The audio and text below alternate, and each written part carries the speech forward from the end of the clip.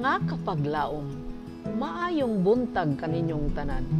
Ang atong hilisgutan karong Pebrero 11, giuluhan og ilalom sa unsang sumbanan. Ang atong teksto makita sa Mateo 6:24. Walay bisan kinsa nga arang makaalagad og duha ka agalon.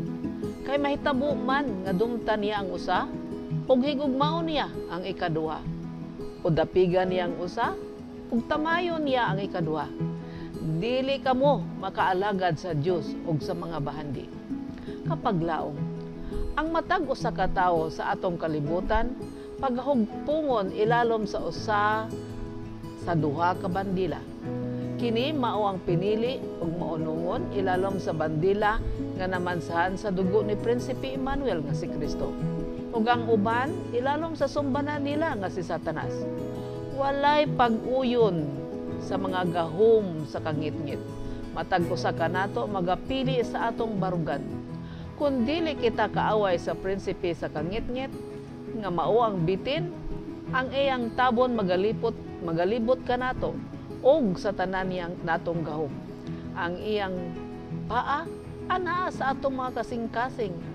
Ang tanan nga ipasakop ang ilang kaugalingon ilalom sa namansahan nga bandila sa dugo sa prinsipe sa kinabuhi.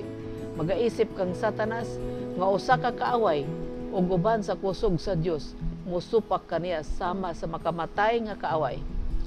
Sila magasulob sa salukot o helmet sa kaluwasan ug espada sa espiritu nga maoy pulong sa Dios ug unsa may ilang buhaton aron makabarug sa bintana nga yuta, sa bintaha nga yuta. Pag-ampo kamo sa tanang panahon, pinaagi sa espiritu sa tanang pag-ampo o pagpangamuyo.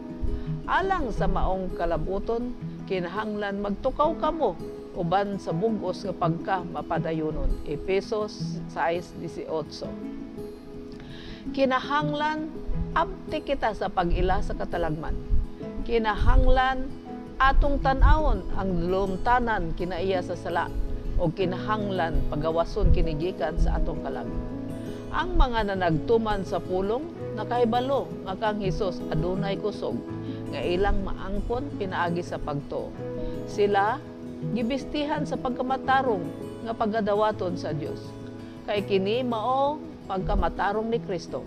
Nasuluban ni ining hinagiban sa Dios ang bugos nga hinagaban sa langit. Ilang malampuson nga masuklan ang mga panlinla sa bitin. Walay usa ka kalag nga mag-usik og panahon. Ang pagtagad sa eternidad mao'y pinakaimportante nga unahon kaysa ubang mga atimanunon. Unsay akong buhaton aron maluwas? Kinahanglan mao kini ang dako ug solemne nga pangutana kanato karon. Ako naghandom nga ang tanan magapasalamat sa mga kahibulongang buhat sa Dios alang sa katawhan. Kay ang nahulog nga mga manulunda wala na'y kapasaluan alang kanila.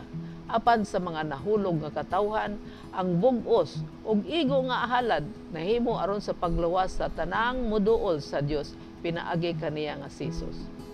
Ang Dios nagatan-aw sa tanan niyang mga anak ug dagway sa iyang bugtong anak. Siya nagatan-aw kanila uban sa gugma nga labaw pa sa tanang pulong nga maipadayag.